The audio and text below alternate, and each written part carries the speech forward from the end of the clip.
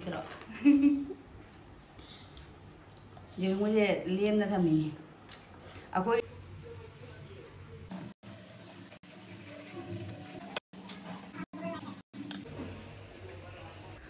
Good morning, ma'am. Ngasigi vlog se ayuki walking budi okoi se lak pane bako walking hauji loire hallani aduna sida Leibak pairi ba ma'am leiri se dagi ai dum saga se khara lauge to bane ba sumi hidana pi thaba korpa da hamna bagena jam lore de mu mami chawne rang politin ma cham tani da sumaina ai dum saga kitang pura chale aduga sina ngarang aina ai blog da hai gi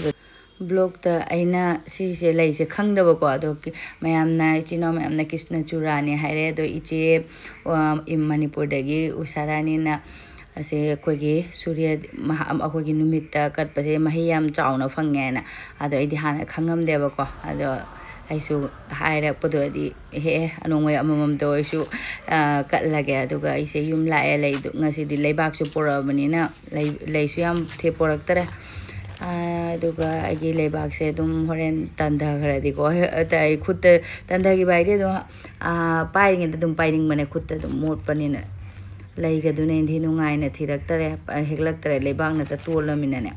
aduna ina Leibak jenam sing de makong kitang hamning ba Leibak se do rang si su polythene si su pik panina yam bri amak de da aduna jenam sing da khara khara hapchan mane na makong se ado hangam chu chara khara hore thaning ba Toregi kano se jenam ani khakte ha pe aduga simari khara makomung da ha kai to se Leibak se yam ri phaiya ba ko nung du mai na di tawraga nung di du mai mung di jeng bada nung jeng du mai na tawbadi man ngane aduga oi de ba mon lawi Leibak se aduna ina jenam se da khara khara ha aduga sigada jong hangam chara aina tha gi bagi ko ko gi maru lo gano taw ta ken gi bodon taw bane ba taw taraga ani chara mayam sonda su hawri aina dum hingde thado ke taw bale ba khara leiradi ado je jenam se katang len khara ge ka khaleng da se mi da pi du ni ngarang pi ne tawraga pi tare ma khoi ma pai ma mana badane ado ngasi de len khara ge khara le laga pigrani ado sumai len do gradi makong je job law na jan bade su nungai ada mare da adum mathau ta adum haijarani ado numit chengu adum tholak pada walking je pada dinga sangang tholak ba han magi tholak pada do adum khuram garabni ma hoje khuram morani ai ju kom daraga adum thabak tawri nge ko khuche pairing da ina sigi khame sinbigi makong je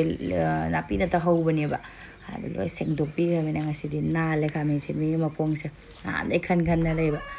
thabak loi salage ayuki thabak loi salamdri phana wai te ko tawlorga dup thana ba tawrage ado se leire ai se thabak loi raga lai kon ka peng lorga se Krishna chura se amade Krishna da kale aduga dum koi surya da di ko lei ngang ba kar pa phai to kaino sita juba ko sin sita kale ba aduga kasi di phanga bena Krishna chura se mabun kale bena ha pe aduga ai di ising da makate ba ko numit ne kaino su kale ko ge chiri ngang ba ga aduga ko gi sindur ga ne chiri ngang ba sina ko gi mari mata ite naw adum thumna phajana leimine yen haine aduga sindur sina ko gi sum paisa lupa wate pa de na de te ana yaw de na haine bu do ko thajare di so lei thajare ko me adumai dum ai su katle ha pe dum phai ha de dum tawre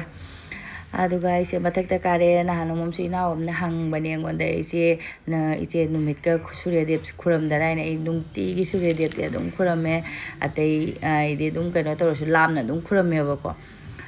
sumaina ku sumangumba mangongum do leita bani na katre ide mathak ta suni nungai te ba ko moina ke to ino ka khan ngene na sumai sumi sing hai dum makoi puki da turien da gairu thokna ba su han sing na dum khutna to su numite sing kat pa dum maina dum le pe si pillar si gi jumbi si gi maning de le pani khong ising se hai ba matam da kat pa matam da khong da chung da na bai na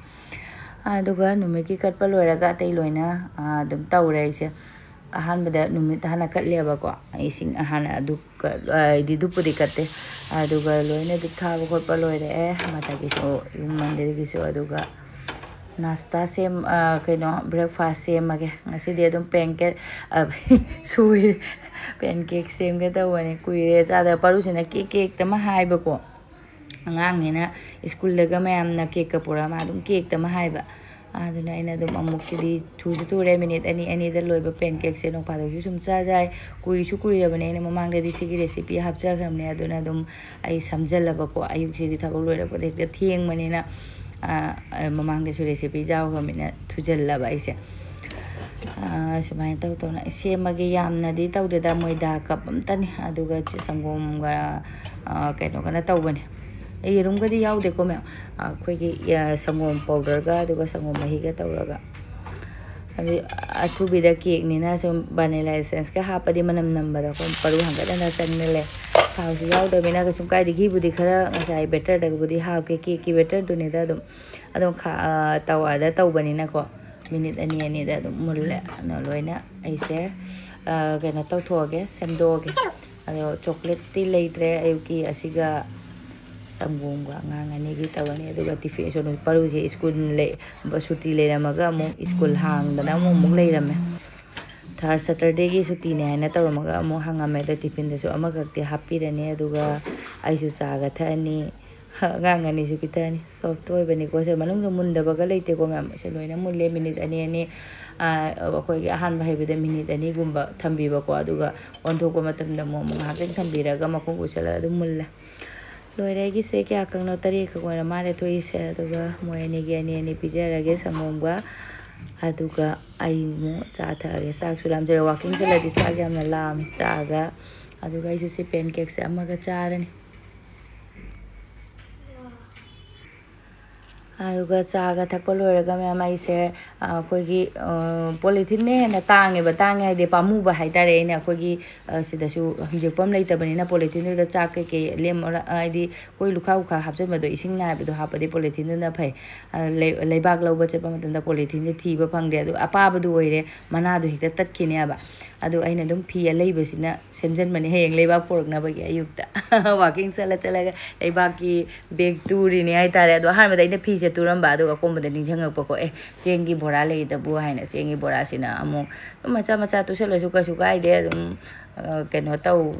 thamma su thum kai de na ko pot jam ba lei da bi oi su alik pida alik pa leiba mata da su dum bajar da su pura ja ada sumaina sigi chengi bora gi si su tu ba loire aina si ga se tuition lai cha thak loi baga se tu bane ba ko phiron ga leiri ba mayam ma phiron ga phau da ngai na se du se haga chabra hang de makup se ina phamung de su ka that do re tawri ba ana tu ba loi re leibak purak na ba leibak kaino peklak na ba bag khai tare leibak belak na ba bag plastic sim ga leibak ke phi gi sina di kan ba hen ge dra khang de ada chengi bora gi sisu yam chawba di nate ko adum ani ahum thokpa di yani khara di leiri tusalla adu bu as ko misin je pa de khwang hik nai aduna misin je ngahak pothai nai pothai de mem biba film yengu bada thengdo khare pung 3 makhai ta leirame ai phi su phaudri ba indom cha da sajana si piram ge taw bani aduga mathak te ne phi se phau ba kakalak pada ayuk te ne tomato pambi se hingadra hingoi da di khang de ba ko mara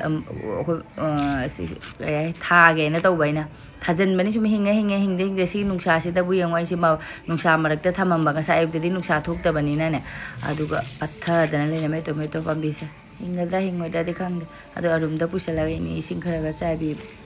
as nungsa khu sa se aduga chak thung dong na ba tawra ga na ise ma makha da dum kum thare cha be na mathak te ga lening de nungsi budi liri sit ba adu sigi theibong se koi gi chairau bunung mamang da poraki ba theibong ni adu theibong thong ge ngasi di sa budi sai ko adu su jam thong am tor ga as thau se kam jam ni jam thong am tor ga theibong ma thong boi ngau boi du mai tor ga thau loi te sen mani horen di manap ma gi theibong gi manap nap san ba do adu nap ta na bai na thango kari go ani amaka khana suoi gi theibong se amaka te jam daga suoiraga su dum jam thro su lei ko anu jam khradi suoira ma se aduga likpata di suoi bai ni matun da khitang di bum bagi type du mai taw lei rame theibong se phadi phajare da ne soi do ge gi theibong se aduga theibong ma thongage aduga nungsa saabasi de ba khoi paru thaba kyam phaine yang ko ni pura thambirami si theibong soidok soidin jamna talli saabadi hawi hana di theibong thongba ka jamna charam de da hojik di haw bada loire theibong thongba ka se ngawre asigi magu ka se di saabadi hawba adu saabadi hawba aduga okpa nunga kaino tawbe tani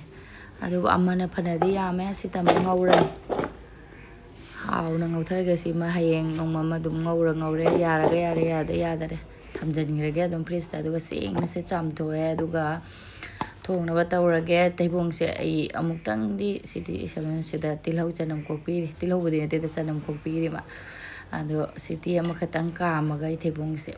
boil tawthoke siti ama khatang aduga thum kitang hapena machu aduga gurumeshi dalchini star do doi tespata taro magi flavor se masala gi flavor se adum theibong sida changna ba aina amuktang siti kam do ke tawbe na ngawraga ne kan budi kan da bre ngawbana de egi oine de hawbo ko angang sing de maningi khatang kata to moi de hekto hunji ba do de ne siti ama khatang ka ama ga mai se muthale omjanna thamme aduga saubri asi se akoi di angom haina haine ba ko akoi sonda de ado akoi gi sage gi oine de I pamnum de chaba ya da ba nu pamem de chaba ya de si akoi sonda na angom haina haine do idom chana pirak pani saubri ena angauba sinbadi yamna sinde da ado si makang soi thongge tawbani tangnari bidum cha sina ngarang thang pirak pani aba ana phajana ina tonga ka ke se sohole sin kang soi se uraga sakla mem thaw yam charing de mokoi nupa we di ngang sing di thaw na charing I masala taraga asi mahi thakpo dono horen chak phana jam changi doin ajana mahi se puttange phutlaga ina apchala ja da mare da horegi cham thong aduga gi theibong gi siti si su mathata dum ta khare ba ko aduga de ina mahi se cha chi thoe aduga magi flavor chak loi khramina loi lauthok khare horen di si jaw de ngang sing ne kelom tawre haira ani tespata su lauthok khare na dalchini haw ki basing du loi khando ba aduga phuto bina na phajana amamam ta ni ta tawna fry tawdra adum motion boy kari boy fry taw boy tum tawdi tawne ba ko thaw khatan ga din ate ko theibong thongba ai di thaw yami hawri thaw yam de hawte theibong di thaw masala channam tilhau se khoi gi channam ga sing ga se yami nge hawi ko theibong de ado ise pajana minute tara moksalaga mokoi magi matum tasale kenes ani adum phutta bida oi boil taw do bataraga diko adum amamani ani da keno fry taw de adum adu su haw bane ba ai di kalap taw bununa hawe aduga ngang sing dana akan maninge lauthum do ina city ama katang kam dokpan loina loire fry taw ga aduga thaw re mbasiga da adum thongjal lage nong batok chaba ju hawi ko sa ba se di theibong thong ma se sa do ina ma do jira khatang hapchale aduga mo ga to ko khun ko hapchen men aduga tilhau se ina pik na sur bani ku na tawraga aduga phajana tilhau se ngawrage aduga tilhau chenamga koshonuna subira pa chenamga singa madana kupnaga sure sonona jino hapchalaga ngawraga adum thongaga mamanga bide su theibong gi recipe di adum hapchaga me theibong thongba adum hawdi hawbani ko adum agmende akoi theibong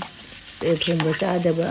mayamna di khangaroiba theibong gi mahause akoi di hawre kamai teyongdi akoi jungi loina pame theibong thongba se adu ni mi ya pamba haidoni ko aingonda su mayamna jong chak chade tharoi chade ga as nang mahau khangde ngange theibong thongba se mo ni hanyam de ko hilai ko yai da di haw jara mina thong sare ba sa su sa na ko kang se ma ga yaw ro mina china sai ko ina to su ya cha su ya tomato se na ga no to thok pan nai da de ga di ta kai bin te da dum sin sit ta sit la ga ku pan ba ku na bai na ne adum jing jing na til hawai theibong ka ko ko pa ga matam se ayo akoi gi sonu paru school leibani na sonu gi school ka admission man de 22 de hangba paru gi school leibani na ma gi hana papa pizana batawra ge sobi kang joi loira bani na adum ma ju hana pijagra su soidre ba theibong se nanga da mandre ma ꯑꯩꯗꯤ ꯅꯪꯒꯗꯕ ꯃꯥꯟꯗꯦ ꯑꯩꯗꯤ ꯃꯥꯁꯨ ꯑꯩꯗꯤ ꯆꯥꯕ ꯂꯣꯏꯕꯒ ꯆꯠꯄꯗꯣ ꯃꯕꯨꯛ ꯅꯥꯏ ꯈꯣꯠꯂꯦꯅ ꯅꯨꯡꯉꯥꯏꯇꯕꯗꯣ ꯍꯨꯕꯦ ꯍꯨꯕꯦ ꯇꯧꯕꯗꯣ ꯇꯧꯋꯦꯕ ꯑꯗꯨꯅ ꯉꯥꯏꯍꯥꯛꯇꯪ ꯃꯤꯅꯤꯠ 10-15 ꯃꯃꯥꯡꯗ ꯄꯤꯖ ꯂꯣꯏꯔꯗꯤ ꯃꯥꯁꯨ ꯉꯥꯏꯍꯥꯛꯇꯪ ꯔꯦꯁ ꯇꯧꯔ ꯆꯠꯆꯔꯦ ꯑꯩꯒꯤ ꯃꯁꯥꯂꯥꯁꯦ ꯃꯨꯟꯕꯗꯨꯗ ꯑꯩꯅ ꯃꯆꯨꯅꯦ ꯖꯤꯔꯥ ꯑꯁꯨꯕꯅꯦ ꯐꯗꯤꯒꯣꯝ ꯄꯥꯎꯗꯔꯅꯦ ꯃꯣꯔꯣꯛꯅꯦ ꯇꯧꯔꯒ ꯃꯣꯔꯣꯛ ꯑꯁꯨꯕ ꯑꯗꯨꯒ ꯉꯁꯥꯏꯒꯤ ꯑꯩꯅ ꯊꯩꯕꯣꯡ ꯐꯨꯠꯈꯤꯕ ꯀꯩꯅꯣꯁꯦ ꯃꯍꯤꯗꯣ ꯍꯨꯟꯖꯦꯛꯇꯕꯅꯦꯕꯀꯣ ꯑꯗꯨꯝ ꯁꯤ ꯍꯥꯞꯄꯒ ꯑꯁꯤꯅ ꯃꯍꯤ ꯑꯗꯨꯝ ꯑꯣꯏꯅꯔꯅꯤ ꯃꯍꯤ ꯀꯌꯥꯝ ꯍꯥꯞꯄꯣꯏꯗ ꯉꯧꯊꯣꯡꯒꯤ ꯇꯥꯏꯞ ꯑꯗꯨꯃꯥꯏꯅ ꯇꯧꯔꯅꯤ ꯑꯗꯨꯒ ꯏꯁꯤꯡꯗꯣ ꯍꯥꯞꯄꯒ ꯑꯩꯅ ꯐꯖꯅ ꯃꯨꯟꯅ ꯉꯧꯕ ꯑꯩꯈꯣꯏ ꯇꯤꯜꯍꯧ ꯆꯅꯝꯁꯦ ꯐꯖꯅ ꯃꯨꯜꯂꯤꯉꯩ ꯑꯗꯨꯝ ꯍꯥꯎꯏꯀꯣ ꯑꯩꯅ ꯊꯨꯝ ꯈꯔ ꯍꯥꯞꯆꯜꯂꯦ ꯉꯁꯥꯏꯒꯤ ꯊꯩꯕꯣꯡꯗ ꯊꯨꯝ ꯍꯥꯞꯈ꯭ꯔꯕꯅꯤꯅ ꯈꯤꯇꯪꯗꯤ ꯋꯥꯠꯅ ꯍꯥꯞꯄꯦ ꯑꯗꯨꯒ ꯑꯩ ꯃꯍꯤꯁꯦ ꯑꯗꯨꯝ ꯍꯥꯞꯄꯒ ꯉꯧꯕꯅꯤ ꯃꯁꯥꯂꯥꯁꯦ ꯁꯤ ꯃꯁꯥꯂꯥꯁꯦ ꯃꯨꯜꯂꯤꯉꯩ ꯑꯗꯨꯝ ꯊꯩꯕꯣꯡꯗꯁꯨ ꯃꯥꯒꯤ ꯀꯩꯅꯣꯗꯣ ꯆꯪꯉꯒ ꯍꯥꯎꯗꯣꯏꯅꯦꯕꯀꯣ ꯑꯗꯨꯅ ꯑꯩꯅ ꯏꯁꯤꯡꯁꯦ ꯉꯁꯥꯏ ꯊꯩꯕꯣꯡ ꯐꯨꯠꯈꯤꯕ ꯏꯁꯤꯡꯁꯦ ꯈꯤꯇꯪ ꯍꯥꯞꯄ ꯑꯗꯨꯝ ꯉꯧꯕ ꯑꯗꯨ ꯌꯥꯔꯅꯤꯗ ꯑꯩꯒꯤ ꯃꯁꯥꯂꯥꯁꯦ ꯐꯖꯅ ꯑꯩꯒꯤ ꯚꯤꯗꯤꯑꯣꯁꯦ ꯀꯛꯁꯟꯕꯒꯤ ꯇꯧꯔꯤꯅꯦꯕꯀꯣ ꯃꯇꯝ ꯆꯪꯅꯗꯤ ꯉꯧꯔꯕꯅꯦ ꯑꯩꯁꯦ ꯑꯗꯨꯒ ꯑꯩꯒꯤ ꯐ꯭ꯔꯥꯏ ꯇꯧꯕ ꯊꯩꯕꯣꯡꯁꯤꯁꯨ ꯍꯥꯞꯆꯜꯂꯒꯦ ꯑꯂꯨꯒ ꯑꯃꯠꯇ ꯍꯥꯞꯇ꯭ꯔꯦ ꯑꯗꯨꯝ ꯑꯩ ꯀꯪꯅ ꯉꯧꯕꯒꯤ ꯃꯑꯣꯡꯗ ꯆꯥꯔꯅꯦꯅ ꯈꯟꯕꯅꯤꯅꯦ ꯑꯗꯨ ꯐꯖꯅ ꯃꯤꯛꯁ ꯇꯧꯁꯜꯂꯒꯦ ꯑꯗꯨꯒ ꯑꯁꯤ ꯍꯣꯔꯦꯟ ꯃꯍꯤ ꯈꯤꯇꯪꯗꯤ ꯂꯩꯔꯤ ꯊꯩꯕꯣꯡ ꯐꯨꯠꯈꯤꯕꯒꯤꯁꯤꯅ ꯑꯗꯨ ꯈꯔ ꯍꯥꯞꯄꯒ ꯑꯗꯨꯝ ꯁꯧꯍꯜꯂꯒ ꯒꯔꯝ ꯃꯁꯥꯂꯥ ꯊꯥꯡꯊꯔꯒ ꯌꯥꯔꯅꯤ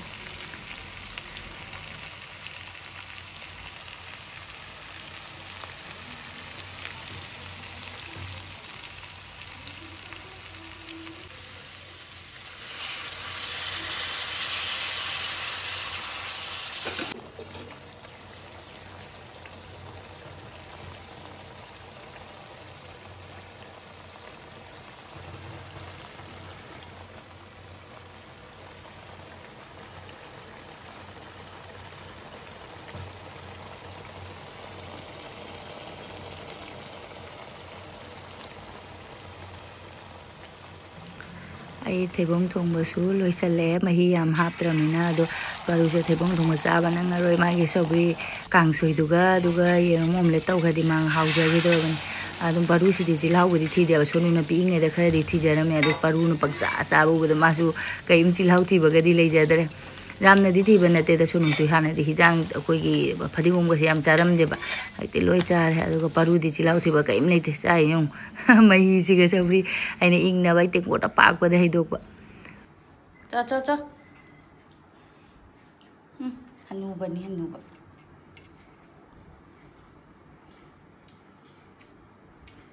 ꯃꯍꯤꯒ ꯂꯣꯏ ꯊꯛꯇꯣꯛꯈ꯭ꯔꯕ ꯕꯔꯣ ꯑꯁ ꯌꯥꯝ ꯂꯥꯡꯉꯦ ꯆꯥ ꯍꯥꯏ ꯍꯩꯗꯣꯛꯑꯝꯃꯣꯅ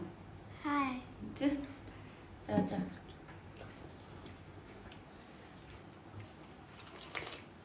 ꯍꯩꯇ꯭ꯔꯣ ꯌꯦꯔꯨꯝꯒꯁꯦ ꯂꯦꯝꯅ ꯊꯝꯃꯤꯅꯦ ꯑꯩꯈꯣꯏ ꯆꯥꯂꯨꯛꯇ ꯌꯥꯎꯔꯗꯤ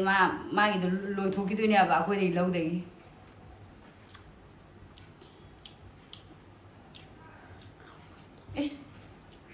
ꯆꯥꯛ ꯆꯥꯔꯁꯨ ꯃꯌꯥꯝ ꯑꯗꯨꯝ ꯑꯉꯥꯡꯁꯤꯡ ꯆꯥꯅꯕꯩꯅ ꯇꯤꯐꯤꯟꯁꯤꯗꯤ ꯑꯗꯨꯝ ꯑꯃꯃꯝꯗꯤ ꯍꯥꯞꯄꯤꯗ ꯌꯥꯗꯦ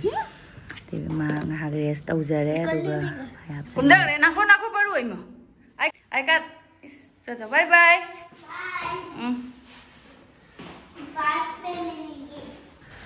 ꯄꯔꯨꯁꯨ ꯆꯠꯈꯔꯦ ꯑꯩꯒꯤ ꯃꯊꯦꯜꯁꯨ ꯂꯣꯏꯔꯦ ꯒꯔꯝ ꯃꯁꯥꯂꯥ ꯈꯔ ꯆꯥꯏꯁꯟꯕꯅꯤ ꯊꯩꯕꯣꯡ ꯌꯦꯟ ꯊꯣꯡꯕ ꯀꯩꯀꯩꯁꯤꯗꯤ ꯑꯗꯨꯝ ꯇꯤꯜꯍꯧ ꯆꯅꯝ ꯃꯁꯥꯂꯥ ꯌꯥꯝꯃꯤ ꯍꯥꯎꯔꯅꯤ ꯑꯩꯈꯣꯏꯒꯤ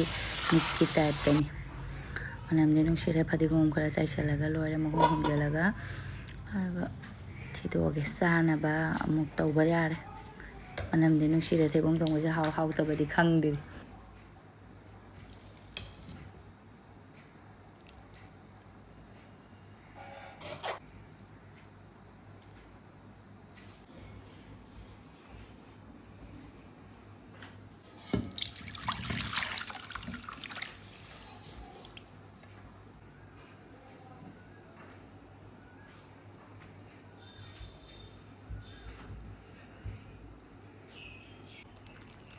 사번이나 잠다 설명만.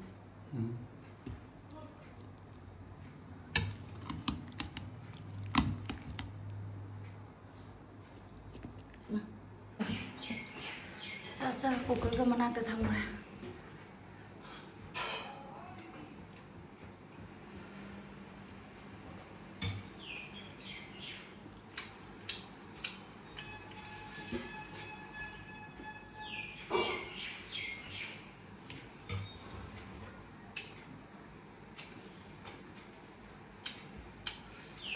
Mahei jam haptrabani kangsoi jawdo daina.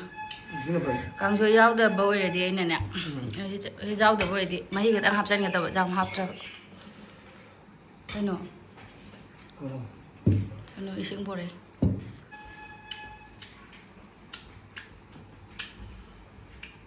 Hao ya. Awada pa jaw bra ba kari. Awade. Mai tai bra. Ama kag lei aduna munang tungera. Ani do da ama kag ni semi do. Hao ya. Chicken thongba thongba đấy. Con chuột nuôi chim thongba sao? Xin này cũng cần là tốt kia rồi nè. Masala jaw bore di.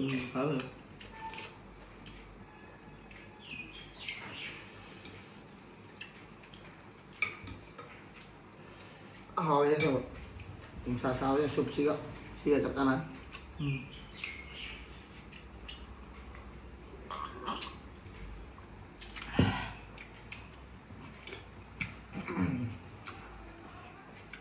Món rồi.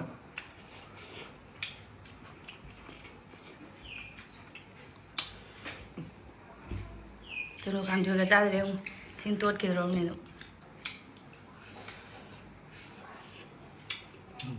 Chicken man bra.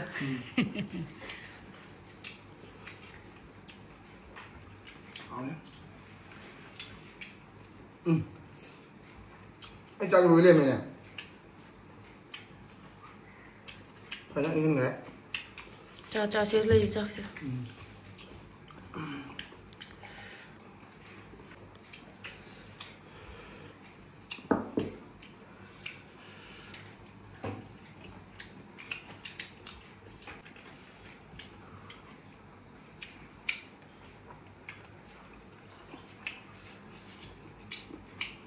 Món rồi.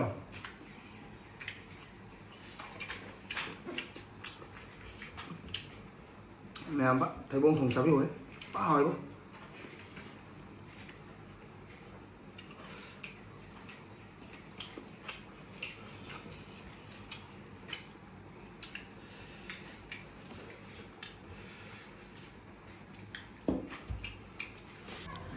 Fazana chakka san ngare aduna me puk che than man nei na balcony se da nga mapan mangon se da nga chat pa aduga hodong seong akoi na han hodong macha du gi mama du ne ba si se phuning ban ai nin loi ben nung na thaning ma se yong masak se mu sin gamuina macha du kon tham jara ma di yong si ga dra ba aduga sina ai se ayuk da phau ge tawra ka we khoi gi mama ang nei nembong na khun la zum da gi lak pa da nemuna hapak pa do ma ri ni thum jak pinga ri sang ko phai ka le ram he ai di ma di thum gi saruk chum jaw bani na ko kabu kabu marak marak ta phau dok bi de di ya de aduna aina nu sa ki tang tang thok pa se mathak ta phau ra di loina kwa khang de hodong khang de loina la ki ba ta re aduna kitchen da khra khra nungsit nungsa khra khra phang ba se sida dum phau bane aduga jubi leina mina kwa su chaninge pana di yaw de ina kwa ja pana cha da phati haina bane ba pana cha di ko ngo iduna kwa su pari se ga jubi ga tawra cha ban thabaga ma dum risla ko da pung manga ta gare paru su suti lak tore suti oira mani ma ju pung manga da suti ni aduga ina hojik se ngasai ge thebung ina khaidong na thamam ba seng udoi che da khara test taw hange aduga iche ge phi ani ka su leiba ando angang lo lak matam da pi garani koi paru hale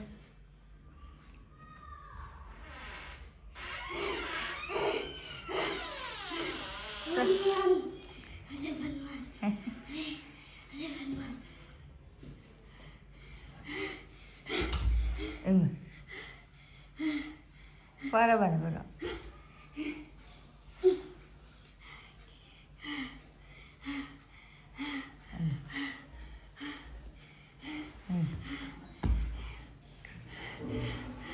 không có nằm thế này để dùng đây là cả cái nó không nằm thế này chưa 2, 3, 4, 5, 6, 7 okay, 7 mà chúng ta tham món ăn của tôi nằm thím lắm rồi I got ai cả đã ra rồi huh?